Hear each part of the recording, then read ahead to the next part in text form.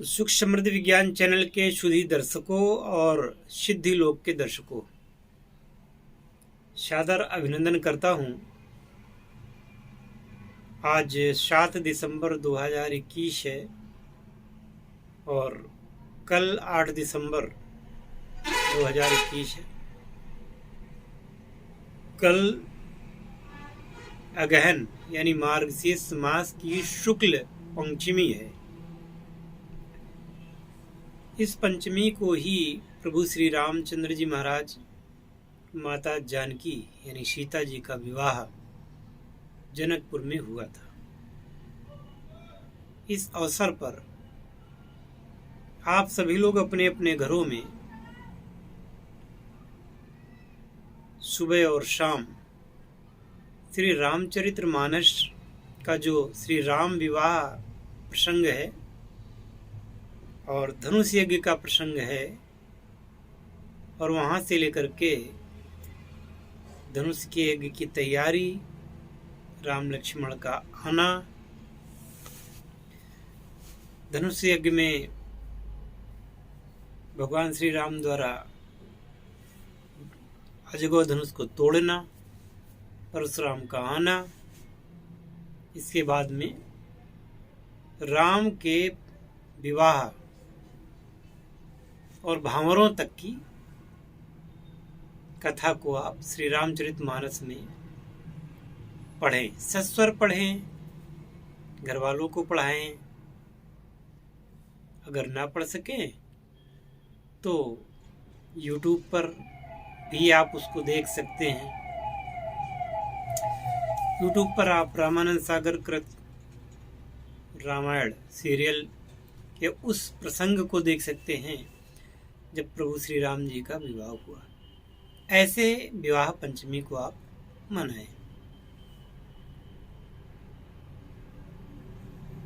रामायण का पाठन भी अच्छा रहेगा, पठन पाठन भी अच्छा रहेगा, और माता सीता और श्री राम भगवान की कोई स्तोत्र, आरती या श्री रामचंद्र कृपालु भजुमन हरण भव भय दारुणम, इस स्तोत्र को ही आप पढ़ सकते हैं, जिसमें कि माता सीता जी को माता पार्वती ने वरदान दिया है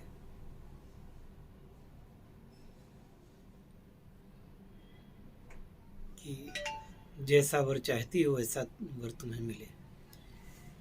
इस प्रसंग के सुनने से, पढ़ने से या देखने से आपको यह लाभ मिलेगा कि आपके घर में मांगलिक कार्य अर्थात शादी विवाह ये जल्दी होंगे। इसी प्रकार से शिव पार्वती विवाह को भी यदि आप जो आगे आकर चलने वाली शिव पार्वती विवाह का दिन जो होता है,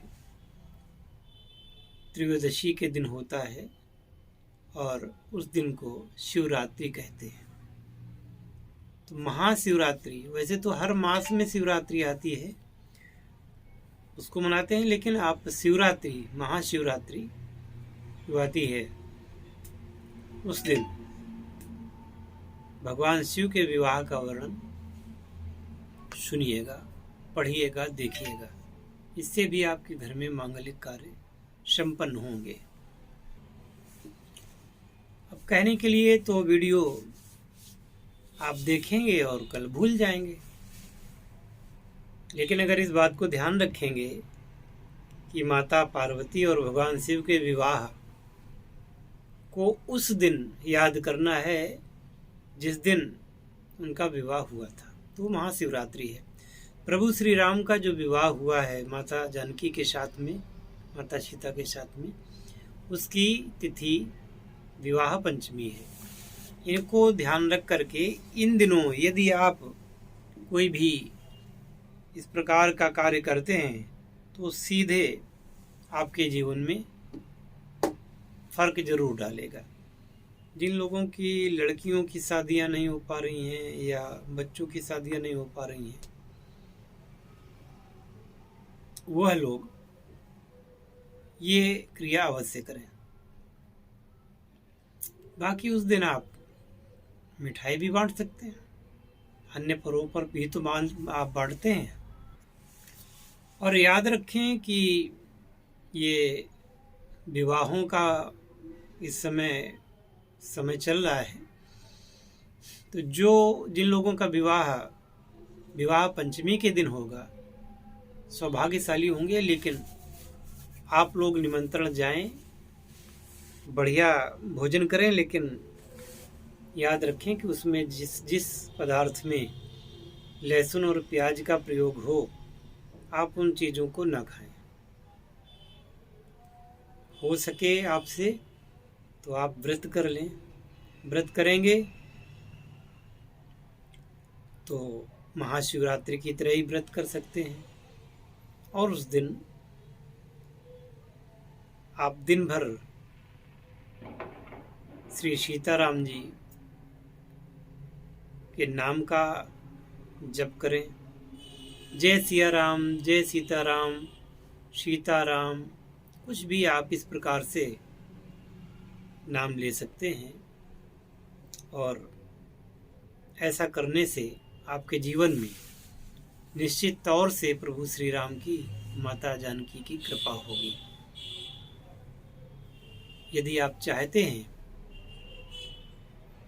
कि यह बात ज़्यादा से ज़्यादा लोगों को मालूम हो, पता चले, तो आप इस वीडियो को ज़्यादा से ज़्यादा शेयर करें।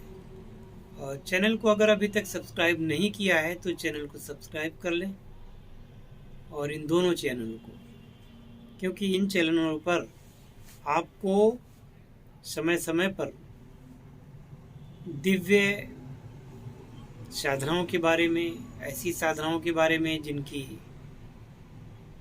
आवश्यकता हर उस व्यक्ति को है जो कि किसी भी प्रकार से दुखी है। ये कोई नहीं जानता कि आपके साथ कब कोई दुर्घटना घट जाए, कोई नहीं जानता।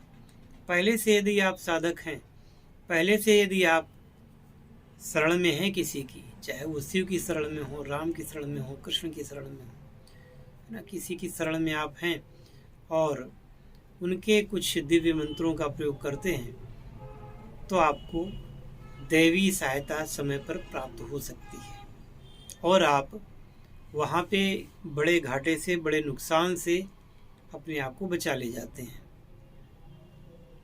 अब ये कोई नहीं जानता कि कौन व्यक्ति को सबसे ज़्यादा आवश्यकता है।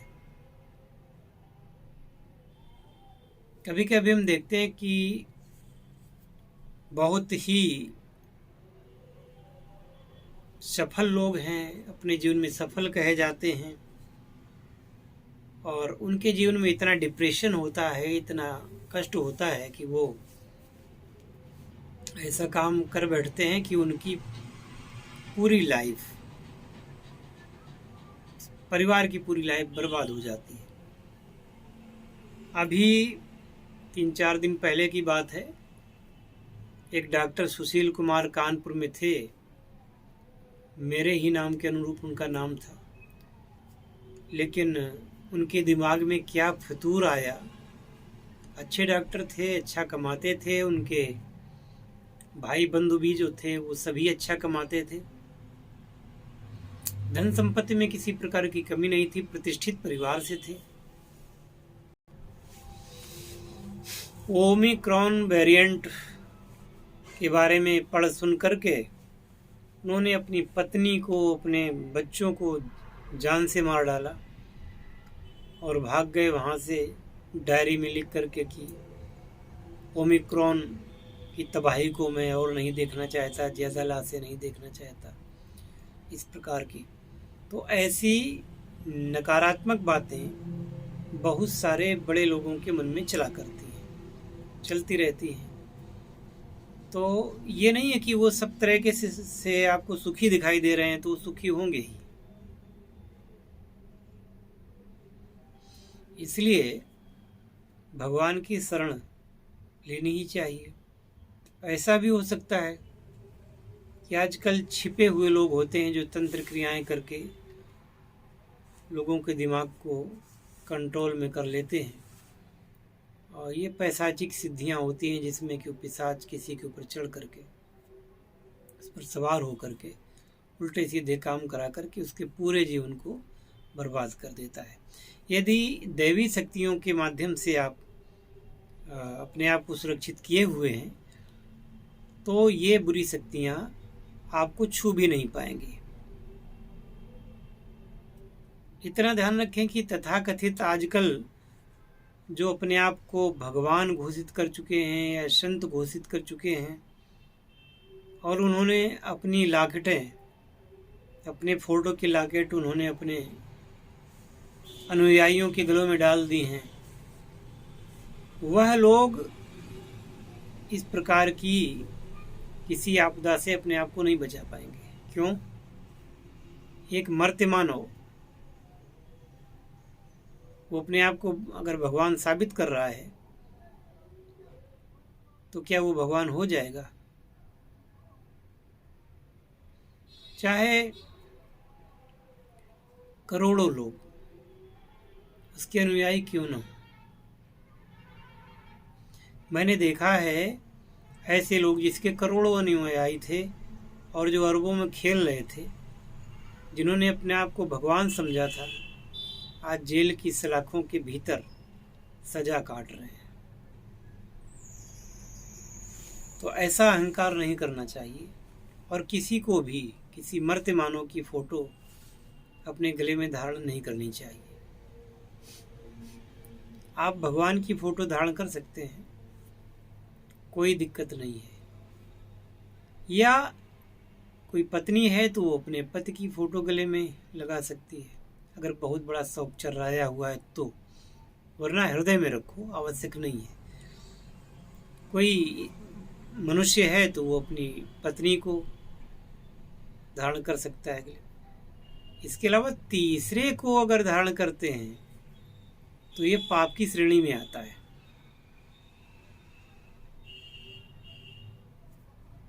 बल्कि ये महापाप की श्रेणी में आता है और इसका कोई उपचार नहीं है।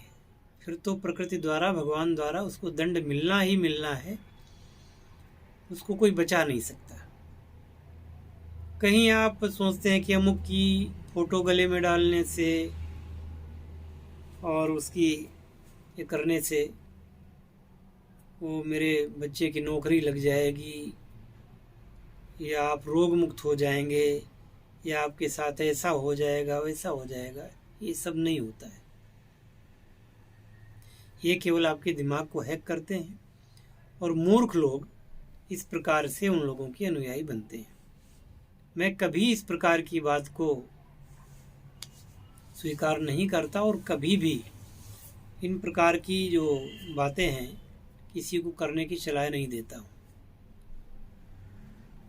भगवान से बढ़कर कोई नहीं है। आज आप किसी मनुष्य को परमात्मा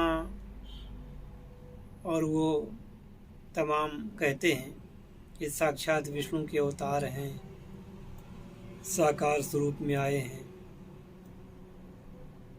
तो क्या हमारे पुराणों में इनके बारे में कोई उल्लेख है? जिनके चरित्र का पता नहीं, नीच प्रवृत्ति के लोग हैं, वह इस प्रकार के ढोंगों को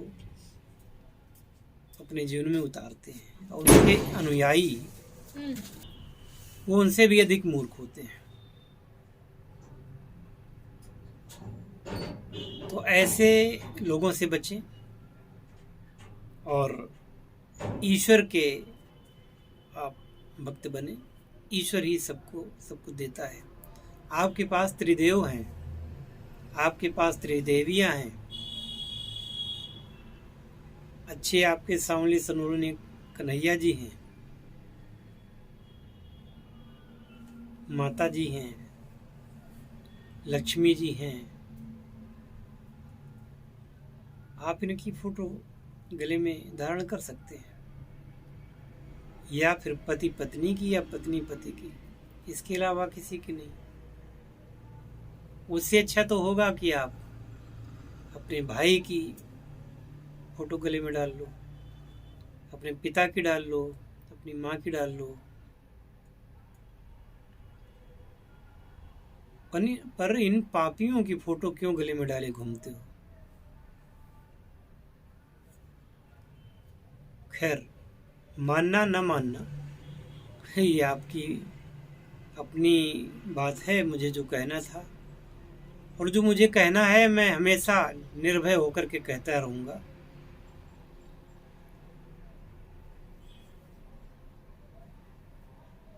हालांकि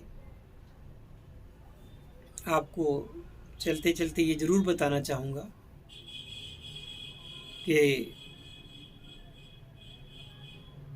आसाराम बापू को मैं निर्दोष मानता हूँ। इसी प्रकार से संत रामपाल जी हैं, भले ही वो थोड़ा सा कुछ क्या कहते हैं कि असभ्य तरीके से अपने प्रवचन करते हैं, और हालांकि उनके यहाँ से तो कई लाशें भी मिली हैं,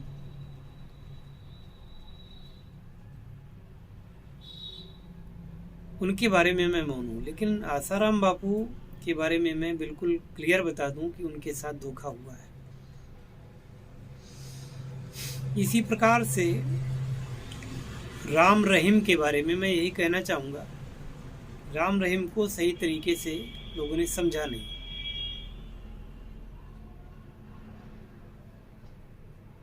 बाकी तो कानून के हाथ में है, पता चलेगा। पर आसाराम बापू के बारे में मैं कतई मानने को तैयार नहीं।